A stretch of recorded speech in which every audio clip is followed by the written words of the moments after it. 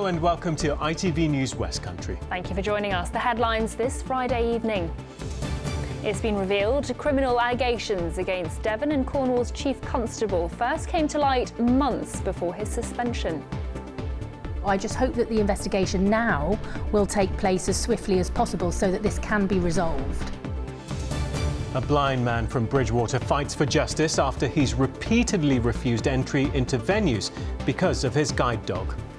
The landlord replied that, well, you'll have to prosecute me then. So that just adds to the frustration. Hundreds of West Country scouts set off to South Korea on the ultimate camping trip. And I'm here at Exmoor Zoo to try and get a glimpse of their latest arrival, as a lot of other people are doing. Join us later to see if we get that magical glimpse.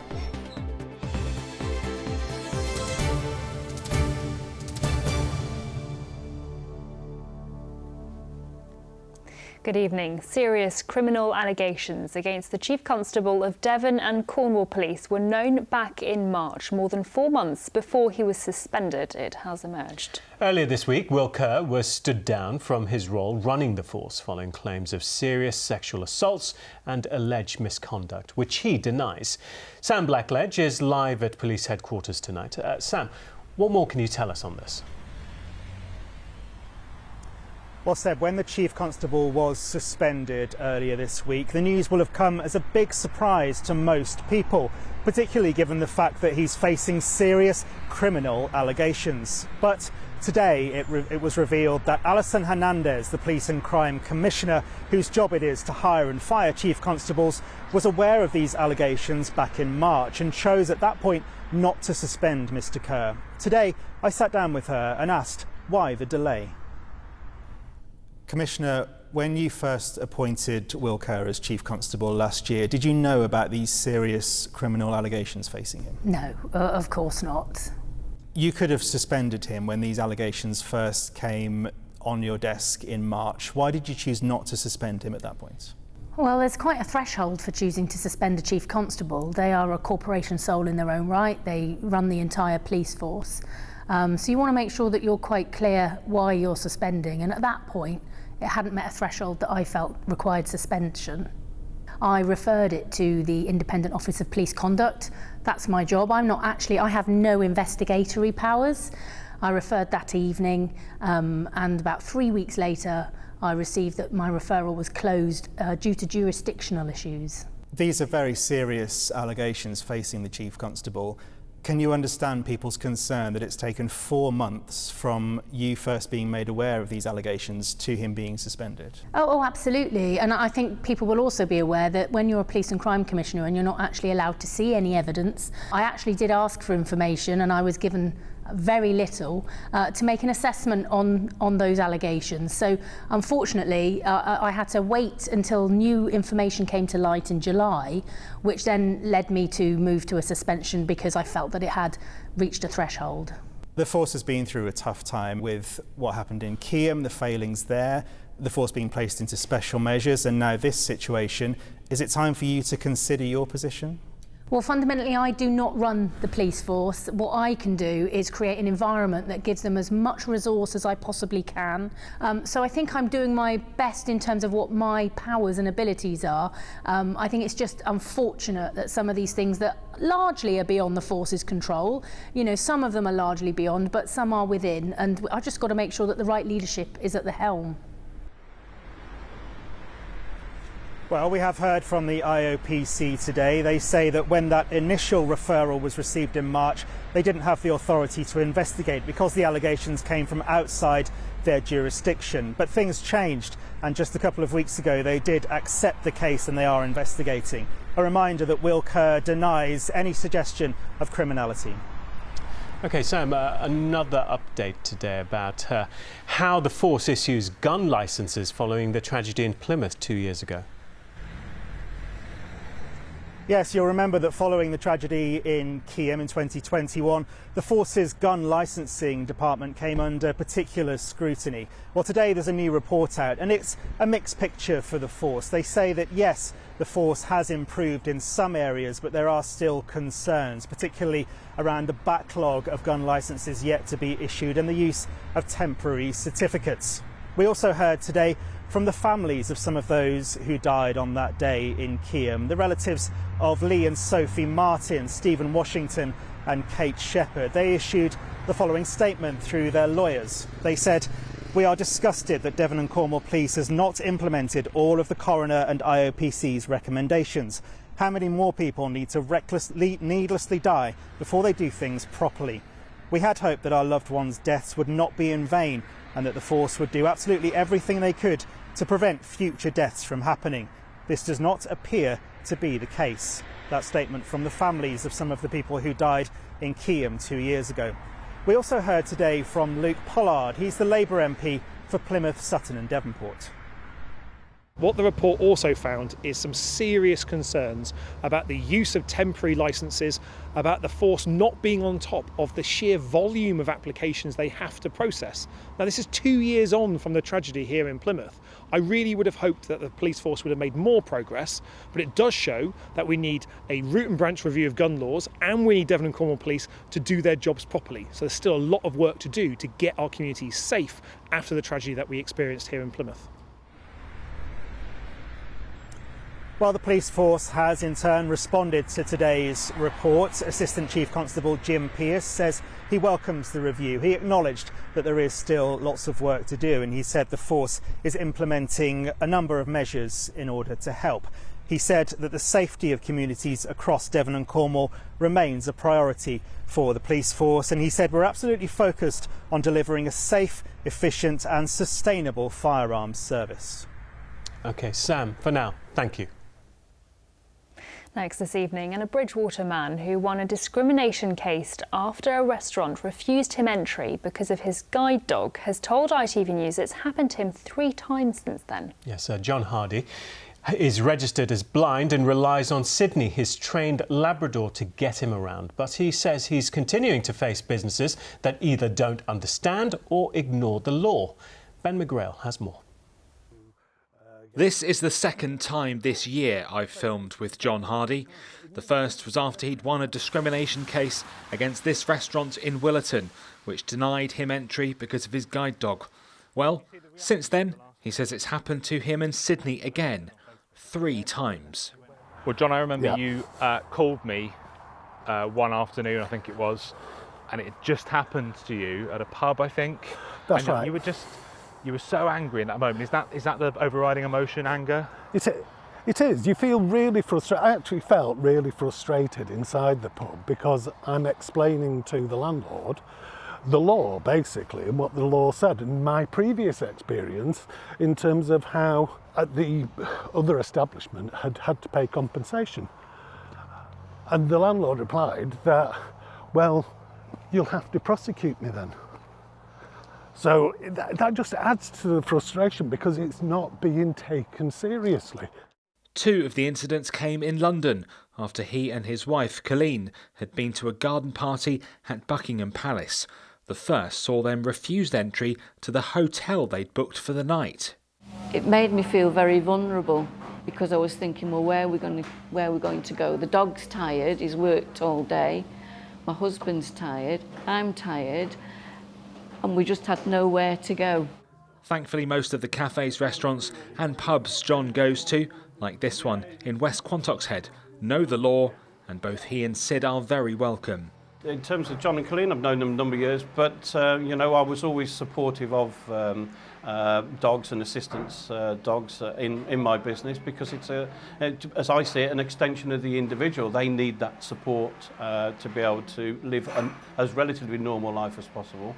And, as far as I'm concerned, I've got a social responsibility to support them in my business. John says he's determined to continue to fight for people's rights. I know that there are many people like me with guide dogs and assistance dogs who are discriminated against on a daily basis. I think that's totally unacceptable. It's certainly unacceptable when it happens to me personally. And so I will not let it happen to me at any time. And I will take it right through the courts. On that note, all 3 incidents are with solicitors who will look to bring cases against the businesses as John and Colleen refuse to let it stop them going out and going where they want to. Ben McGrail, ITV News, West Quantocks Head. Well, a little earlier, I spoke to Bernie Reddington from Action for Blind People and started by asking her if she's surprised that these incidents still happen. It's absolutely no surprise to me whatsoever that this is still happening. It's been happening for a very long time, and 76% of guide dog owners actually report being refused entry to all kinds of businesses, from restaurants, pubs, taxis, swimming pools, all kinds of businesses. So no, it's no surprise to me whatsoever. So in your opinion, do you think this is a blatant ignorance of the law or just a lack of understanding? I think generally speaking, it is a lack of understanding. I think there are a lot of things at play. I don't think business owners quite understand the function of a guide dog. So I don't think they really understand that it's the equivalent of a wheelchair or a crutch or a walking stick. You know, that person is using that guide dog because it's something that they require to help them with their mobility. They work as a unit. They are a partnership. It's not a luxury. And it's not a privilege to have a guide dog. It's not just like you fancy taking the dog out for the day. You need that dog to be able to do the things you need to do every day. So I think there is a lack of understanding. I think sometimes businesses do try it on because it's easier just to say no than try and accept something that they're not really that used to. But I think there's a lot of public awareness and education that needs to be done to make things better. If you don't mind me saying, you took legal action when it happened to you. Yes, I did. And this was quite a long time ago, back in 2005, with my first guide dog. And I had a taxi driver refuse me in London when I was visiting a hospital with my son. And I took the taxi driver to court because it just felt so horrible. It was such a nasty experience being rejected simply because of your mobility aid. I did take them to court, and it turned out to be the first successful prosecution of its time. But that was nearly 20 years ago, and this is still happening, if not happening more often. It's really quite depressing. OK, Bernie Reddington, thank you so much for speaking to us tonight. OK, thank you. And if this has happened to you or you want more information, you can find it on our website, itv.com/West Country.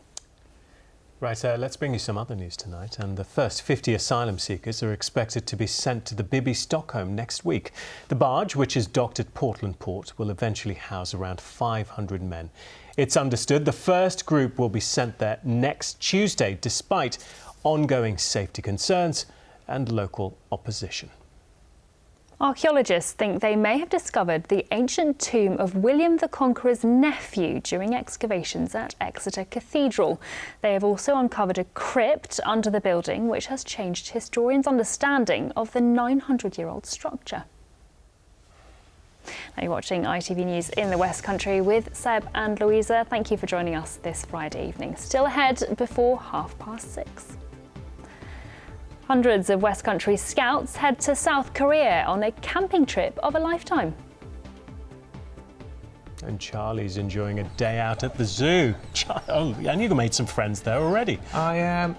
I've made some friends. These guys seem pretty excited about the weather as well. But it's been a bit of a coats off, coats on kind of day. Very mixed, but loads of wildlife. Plenty more weather coming your way as well in a few minutes' time. But first, the 45th British Transplant Games have officially begun, with around 1,000 athletes of all ages competing in Coventry in sports from cycling to cup stacking. Yes, all of those taking part will have had a transplant. And for many, the Games are seen as an opportunity to celebrate the lives that have been saved by organ donation. Amrit Birdie has been speaking to one transplant athlete who will be representing our region this weekend. For Martin Baker from Bovey Tracy in Devon, taking part in the British Transplant Games is about living life to the fullest. He had his first kidney transplant as an 8-year-old in 1979, but his health has never held him back.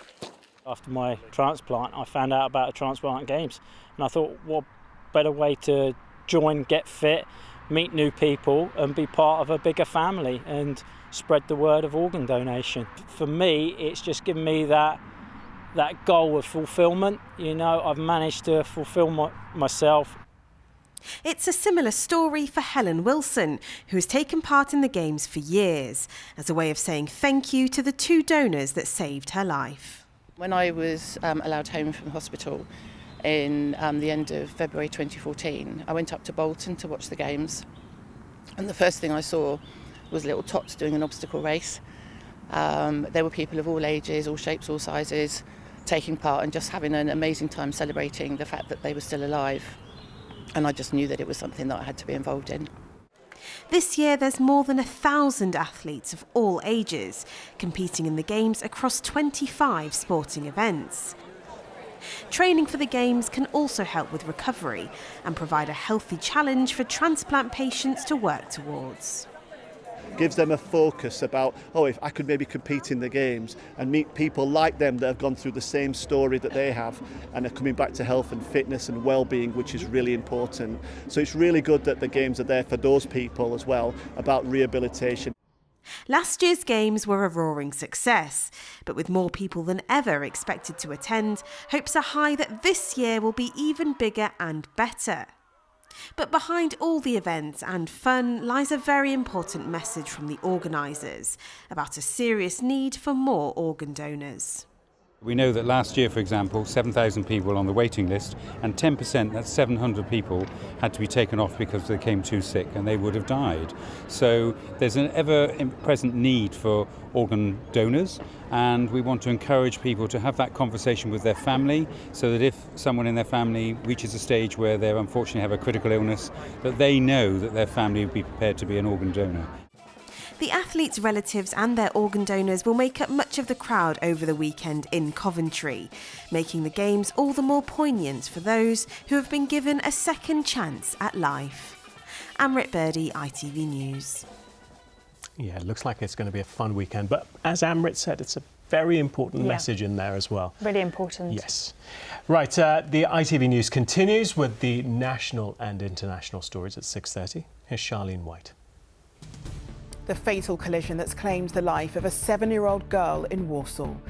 A 14-year-old boy has been arrested after she was hit by a motorcycle. We'll have the latest.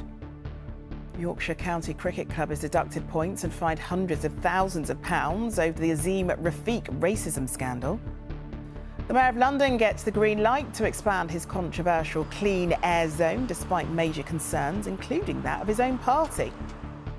And the Lionesses are on target as they near the knockout stages of the World Cup. Do join us for those stories and more from 6:30.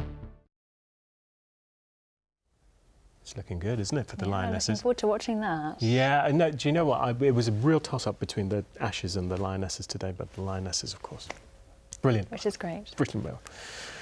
Now, hundreds of young people from across the West Country have set off for the ultimate camping trip. They're on their way to South Korea for the World Scout Jamboree, which gets underway next week. Yes, the event hosts teenagers from all over the world, and they'll enjoy various activities from rock climbing to water sports. As you can imagine, all the scouts are raring to go. Richard Lawrence has been speaking to some of those heading from Devon.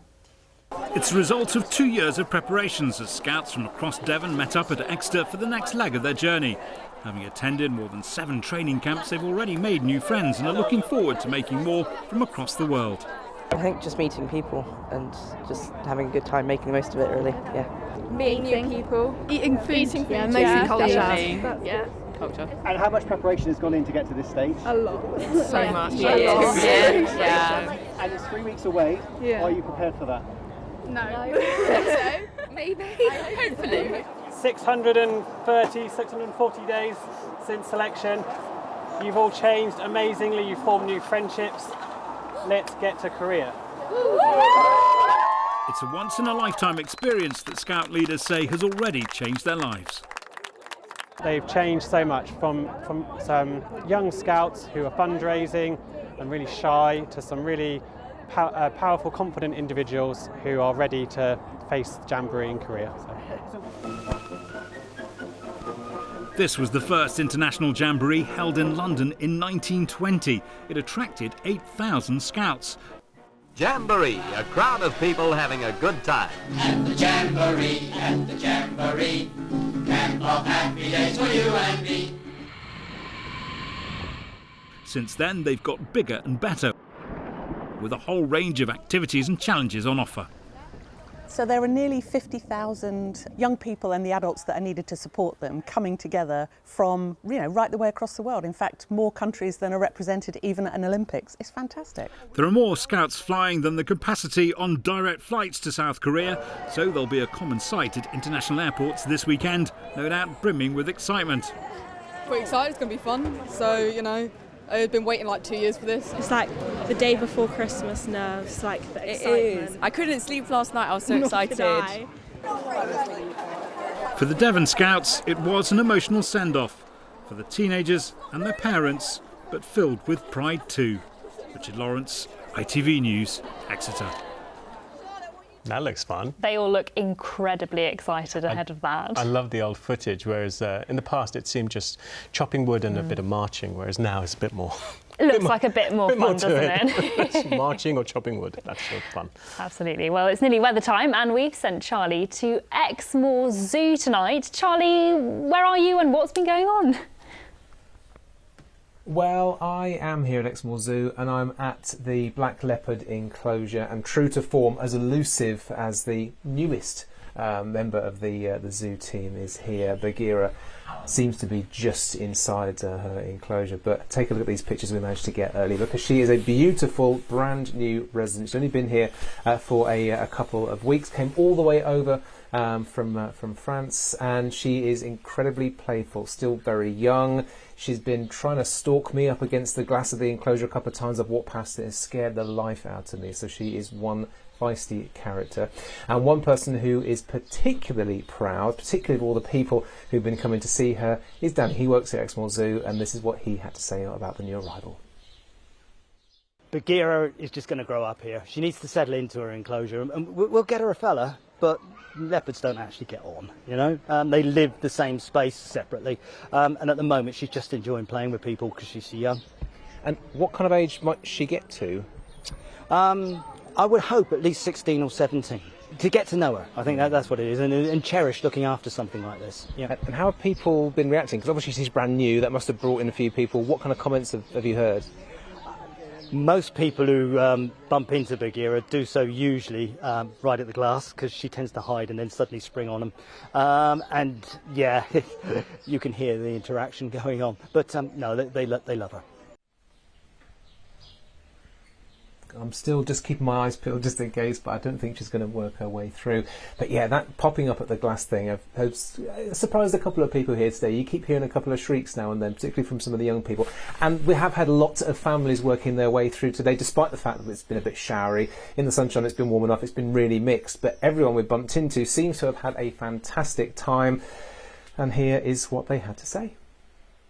It's been very rainy, so it's not been great, but the sun's been out today, so it's been quite nice today. It's been okay because we've been able to do other things that kept us out the rain, and it wasn't been too bad today. We thought we weren't going to see many animals, but we did see quite a few. Well, I can't complain. I mean, June was really hot, wasn't it? Too hot, really. And July has been rather wet. So hopefully August will be better. That's what I'm banking on, right? Yeah, that's right. Yeah, so am I. I have no words. It's kind of bad, but good at the same time, because some things you can do when it's wet and some things you can't. That's kind of where I'm at as well. No words, really. I'm kind of running out of ways to describe the fact that the weather we have now is really quite mixed. But if you think about it, it's kind of what a British summer should be. Temperatures by day are around the sort of 20-degree mark. The nights aren't exactly that cold. We've had some sunshine. It feels warm in the sunshine. We've got a bit of rain. It's exactly that kind of mixture that gives us this kind of green and pleasant land, if you like. We were quite spoilt in June, weren't we? But as we work through the next couple of days, there's not really much that is giving us any inkling we're going to see a return of the weather that we saw in June. In fact, if anything, it's just a continuation of the same.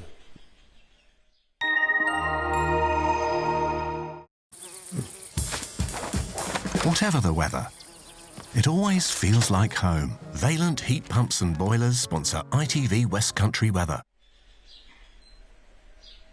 So yes, a continuation of our unsettled themes we had through the weekend. On Saturday, we'll probably have a little bit of sunshine, I think, and just a couple of showers. That looks like the best of the weekend days. Sunday, a bit cloudier, some more persistent rain trying to work its way through. And although temperatures will stay close to average, it probably won't feel quite as humid as it has done over the last couple of days. So, yeah, very mixed up. And the Atlantic shows the reason why. You guessed it, low pressure, the same one we've had for a couple of days now. As that works its way across the UK, it'll give us a fair few showers as we start the weekend, at least anyway. And then the second area of low pressure you can see has got more rain-bearing fronts. So I think cloudier on Sunday and something a little bit wetter.